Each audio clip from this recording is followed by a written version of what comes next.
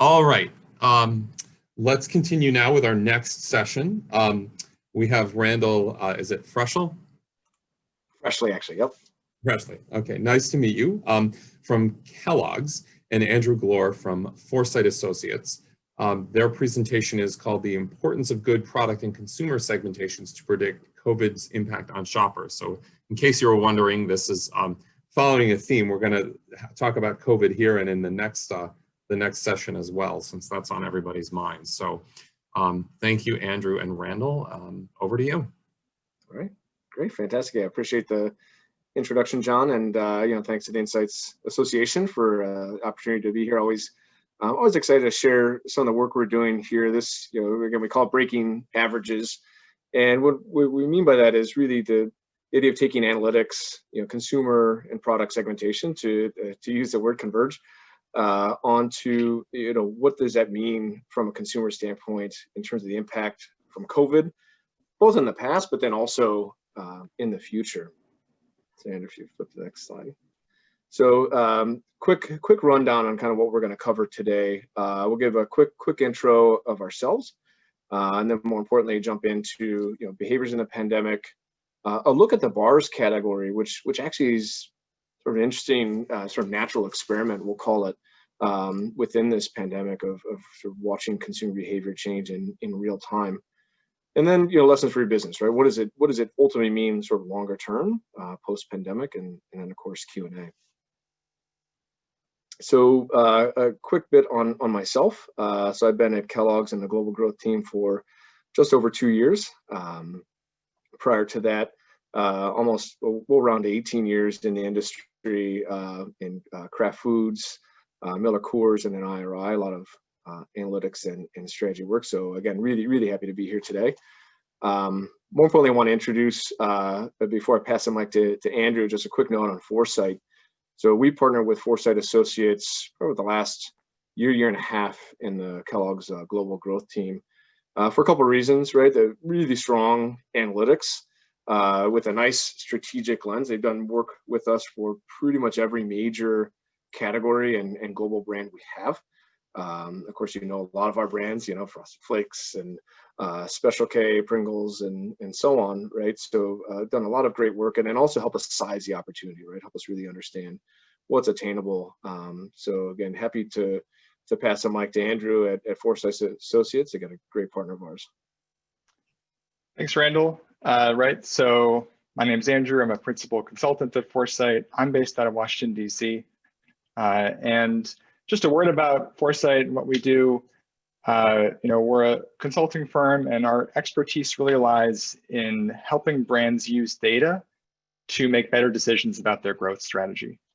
So this involves expertise in triangulating different sources to create models that help you understand the structure of a market, where the highest points of leverage are, what the best growth levers are in terms of consumer actions or commercial actions to achieve growth in the long term, and insights around how to win there.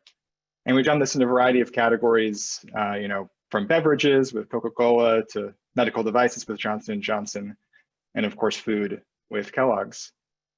In any of these projects, typically the very first step is to understand the macro context and macro environment. What are the long-term trajectories that are going to impact a category? And as we all know, this has been a pretty interesting year to think about long-term trajectories. So that's where I'll jump in here.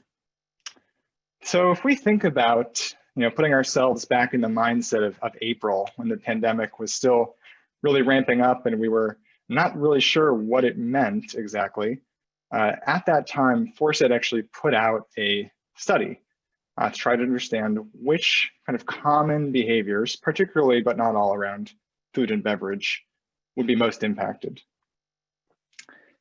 So here's some kind of basic results from this. Not surprisingly, the most impacted behaviors were away from home things like visiting restaurants, attending concerts, watching movies, all the stuff that we're all missing and craving right now, right? But what was interesting to us too is as you look further down the list, even the least impacted activity in this study, eating salty snacks, was still hitting 4 out of 10 people in terms of planned behavior changes. So there was definitely something here to look into to understand what's going to happen in categories that intersect with these behaviors. So this chart actually puts in context those behavior changes in terms of what's a increase, so where are consumers planning to do more of this behavior, and a decrease, so where consumers planning to do less. And what you can see up here in the top section is the things that are increases are really eating fruits and vegetables, eating breakfast at home, cooking your own meals, having a meal with family, right? These are healthy behaviors. And these are the things that we expect to be most boosted during the pandemic. Now, we know that consumers can often be a little bit optimistic about their stated intentions around health behaviors, which is why we would never suggest to kind of take a survey like this and use it at completely face value. But we still think that the degree and the confluence of those activities all shifting to the top says something about where we should look in terms of expected impact by category. We also have another interesting phenomenon going on, which is what we call the indulgent food and beverage behaviors. So here you can see things like eating desserts, eating salty snacks, drinking soda. These things have roughly even numbers of consumers planning to increase as well as decrease, compared to, as you can see, the clear positive momentum on those healthy behaviors. So one reading of this would say, well, if you're one of these types of categories, maybe you're not going to be that impacted. So, don't expect too much of a change. And that might be true, but our read of this would be, we need to dive one level deeper here with segmentation, right? This polarization is maybe hiding something important that we need to understand. So if we actually split that data out and we really hone in on these food and beverage activities, the indulgent behaviors, there's a pretty clear demographic cleavage that actually emerges. So households without children, they're actually essentially flat to slightly declining on these indulgent behaviors. Whereas households with children, they're actually expecting to see a big increase. So this tells us if we're thinking about indulgent behavior type categories, we need to be thinking about this level of demographic segmentation for clues as to where we're going to see the most impact. And we'll come back to that in a moment with the real category. Meanwhile, with healthy behaviors, we actually see just a consistent, skyrocketing intention. And as we've said before, we wouldn't necessarily plan to take this at face value. Usually would use some sort of triangulation exercise with real shipments or retail sales or something to get a more nuanced and realistic idea of impact. But still, just in terms of, sticking your finger into the wind, I think there's something pretty clear and consistent going on here. And so that takes us to the actual bars category, and I'll let Randall tell you about the interesting things going on there. Appreciate it. So before we get into the bars specifically, we want to, kind of take a step back and walk you through a little bit of how we've looked at the landscape, with COVID and understanding kind of the impact across, as you see here, 70 plus country categories in the sort of the Kellogg world. And so first, as I'm sure a lot of you out there have, we looked at macro indicators. Of course, there's been, significant impacts to, per cap disposable income, GDP, unemployment, obviously a lot of just seismic impacts there on our consumers and their daily lives, and just, how do they make ends meet with this sort of impact. And so you have that sort of economic impact to look at, and then you have, the behavior driven by COVID. And so the things, some of the things Andrew has alluded to, Netflix watching, these are real things globally, by the way. Netflix search was up significantly in Nigeria, right? These are things we've looked at around the world. And then also, shopping behavior, right? So I know I personally always wear a mask when I go to a store. I think it's really important, but it's disconcerting. It's not comfortable. It's strange. And so how do shopping behaviors change? When I used to walk down the aisle and look for, buy one, get ones and look for deals, how does that change long term now when it's such a different environment in store? And so you take those elements and then you say, okay, now how does it affect the category as a whole, right? And how does it affect both the short-term and the long-term impact of the category? And then one of the big things we've come to, and I suppose it's perhaps not a global aha, but I think it's a really important takeaway, is looking at multiple different scenarios, and not just taking one category number or one view of the world, but saying we could have different views of this future could play out. We could have a vaccine earlier or later. We could have a second or, God forbid, third wave of COVID. And so understanding all of those different impacts are things we've looked at across the world in categories. And then the question is, why bars? If you go to the next slide. So bars in and of itself is this category that just has all these different dynamics all within itself. And so if any of you have shopped the category, particularly in the US, at you name it, grocery store or convenience store or drugstore, it is a complex category that meets a lot of different consumer needs, unified really by the shape and the portability of the item. So you might have items on the left that might serve a kid's lunchbox. They might serve a quick snack later in the day. You have things on the right that might maybe are post-workout. After you've hit the gym, you want a protein bar, or you scramble to get out the door in the morning and you haven't eaten breakfast and you have an hour-long commute in the car. But all those things have changed, right? COVID has affected all those in different ways. And so it becomes this kind of, I don't want to use the word great, a very interesting experiment analytically and from a consumer standpoint to understand how those different elements are affecting the growth trajectory of these categories or segments. So go to the next slide. And so then what we're faced with is, the world on the left-hand side seemed fairly clear, right? If you look at that, green line is, the healthy lifestyle bars, you see a pretty standard or steady upward trajectory. And so you could almost imagine putting your pen on that graph and watching that continue to go up. And likewise on the yellow line, right? You could imagine that kind of declining to flatlining. And again, something you would probably feel pretty confident putting, sort of extrapolating that out. And then the pandemic hits. And then you see what was sure growth in green now becomes a decline. And what you saw was sure flat to declining now becomes a slight growth. And so you get this cone of uncertainty that is, frankly, one of the big reasons why we brought in Foresight Associates. So I'll pass it back to you. Sure, thank you. So, right, we came in and trying to answer a basic question here, which is what is the impact of the pandemic on the long-term trajectory of this bars segments? So a couple of key sources we used for this analysis. We did use syndicated point of sale data, so a Nielsen IRI type database, depending on the market, to get to just weekly category sales. And then we used two publicly available sources, which I really want to impress on you all that these are available. You can use them quite easily. The first is Oxford's COVID-19 Government Response Tracker, which has weekly case counts and deaths across a variety of geographies, as well as, importantly, a weekly stringency index metric, which is essentially a 0 to 100 score that encapsulates how closed off a market is due to various types of regulations around COVID.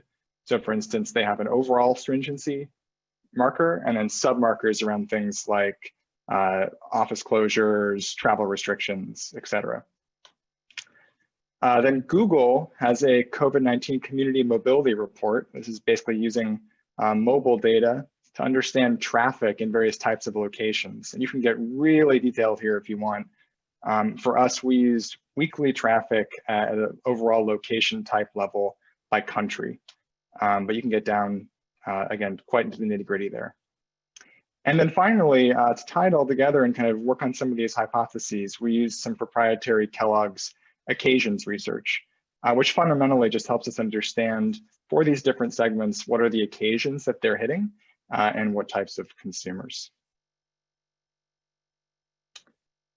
So the first question really is, what is the impact of the pandemic, right, on anything?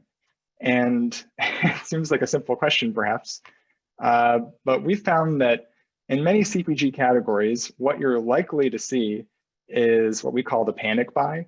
So just this giant kind of unprecedented spike in volume. You see it here for the bars category. If you include this in an annual number, thinking about your long-term trend or a rolling total, that's likely to probably skew things because this is not necessarily going to be a repeatable occurrence every year. You might be thinking you're having the best year ever, when in fact, that's unlikely to continue. So we recommend getting to this weekly data level. So here we've laid out things by week. And what we've defined as the outbreak period in each market is the 4 or 5 weeks following the first death from COVID. And it creates this during outbreak.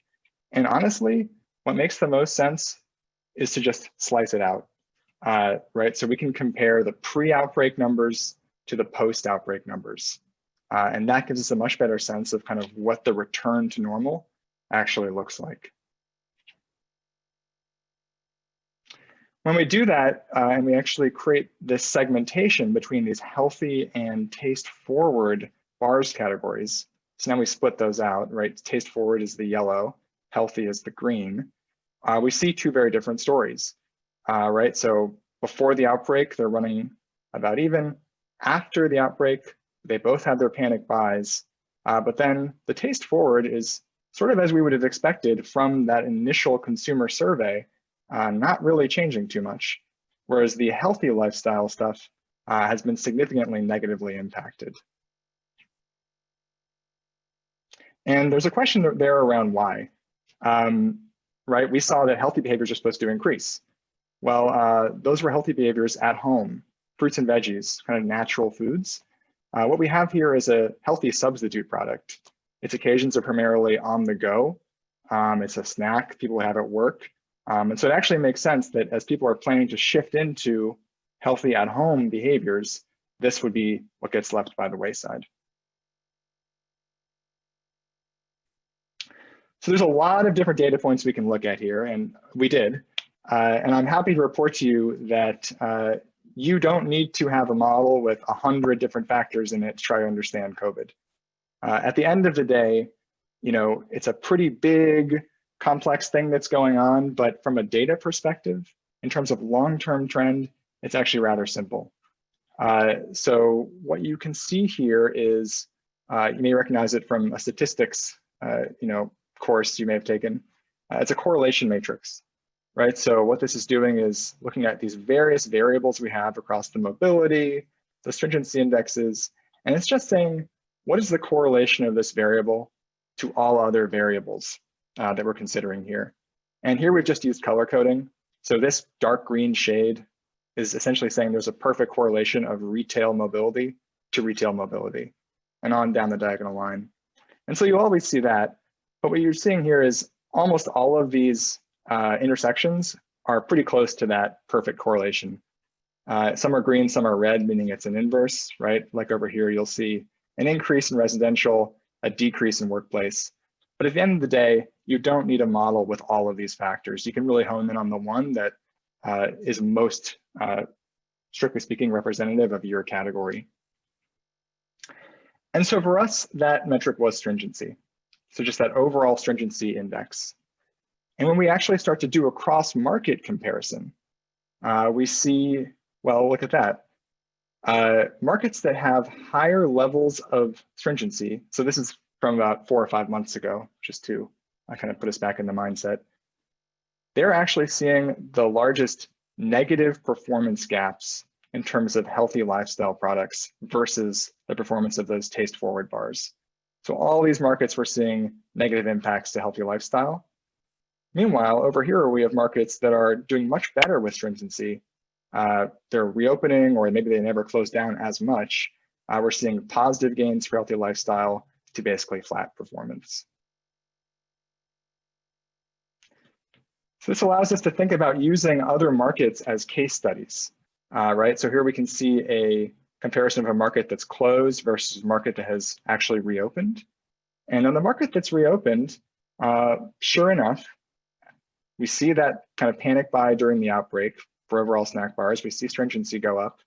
And then as stringency starts to fall, we see the snack bars volume essentially returning back to normal. And that helps us understand, what should we expect when we return to normal in the next year or two. There's one more level of segmentation that is really important to kind of understand this story for this category. And this is a segmentation further of this taste forward block based on occasions data. So here we've actually broken out this whole taste forward thing into taste forward snack bars, which are primarily consumed mid-morning, afternoon snack, about 50% at home, but a lot at work. It's to satisfy a craving between meals.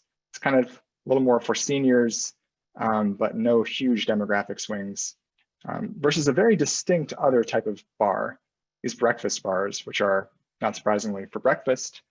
They're vast majority consumed at home. It's for a meal and because it's easy to make, and really over-index in families.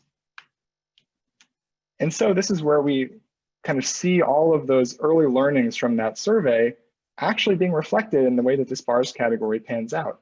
So we have the healthy bars that, as we expected, they shoot up, but then they're the most negatively impacted because they're on the go and people are doing healthy behaviors with fruits and veggies and cooking at home.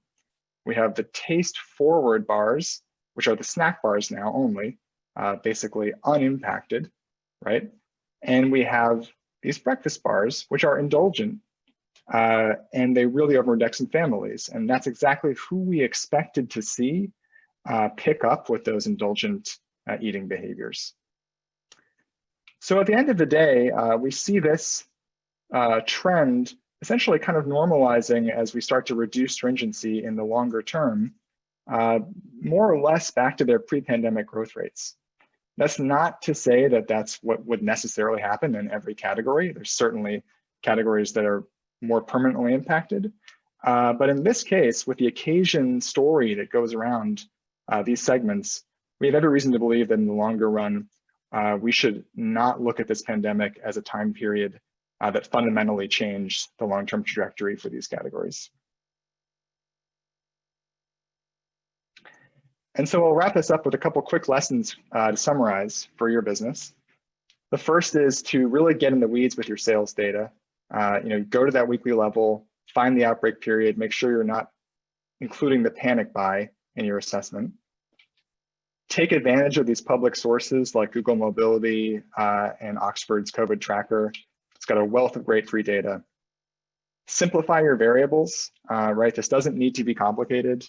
You can get to this rather easily, and I'm sure it'll be very impactful for you. And ultimately, don't ignore claim data. That survey actually gave us a pretty good and accurate clue of what was going to happen with these bar segments. And it was something we were able to deploy very rapidly in the moment to help understand future context. Yeah, thanks, Andrew. And from the Kellogg side, right? Again, what I don't want you guys to take away is how to plan for a pandemic. I hope we never have to plan for a pandemic again. But I think it underscores the importance of using this as opportunity to understand the strengths and weaknesses of your portfolio. This is a very acute experiment, and I think it's really helped us understand, again, both these drivers to Andrew's point, the claim versus actual behaviors. And again, we're really clear on what really has long-term potential versus what doesn't within this sort of product segmentation. So what's always been true is even truer now, if that's fair to say. The middle part, real quick, is simple human truths, right? It's really easy to get lost in the weeds of daily, county level Google mobility data and weekly sales data. It's really easy to get lost there and lose the simple human truth of what's happening and understanding just that lived experience. Again, I think it's always important as a marketer, as a CPG company in our case, right? It's always important, but I think this has really underscored the importance. And then last but not least, something that we are absolutely driving home within Kellogg's is this idea of staying nimble. And again, not planning for a pandemic, but planning for scenarios, not just saying my business is going to grow X%, but it's going to grow X. There's a Y and a Z variance around it. And what happens if X happens? What happens if Z happens? And really being able to scenario plan and understand what that's going to do to my business. If I'm the RX business and I get devastated by this hit, or if I'm, Special K and it's helping, what happens in the long run, and being able to plan for that is critically important, I would say. And so I think we are 1 minute over, and so I will open for Q&A. There's been one question submitted, which I think we have time for, and then we will need to move on. Of course, if anyone would like to follow up with our panelists afterwards, feel free to do that directly, or you put your questions in here and they can follow up with you offline. So this question is, were you surprised by the close match to consumer opinions? I think, so when we fielded that survey, it wasn't originally designed for this BARS project. So I think we were a little surprised. We were happy to see validation and just how clearly it mapped, especially with the level of segmentation that we showed. I think just continues to show that a well-designed survey can yield good insights, but I just want to throw out that caution again that, we're not taking those numbers right out of the survey and using it, right? We're not using that exact percentage growth rate as, oh, that's what this category is going to do. It's a way to look for clues. Great. All right, thank you. All right, we'll transition to our next session, which will start up in 3 or 4 minutes. And thank you to Andrew and Randall, and see you in a few minutes.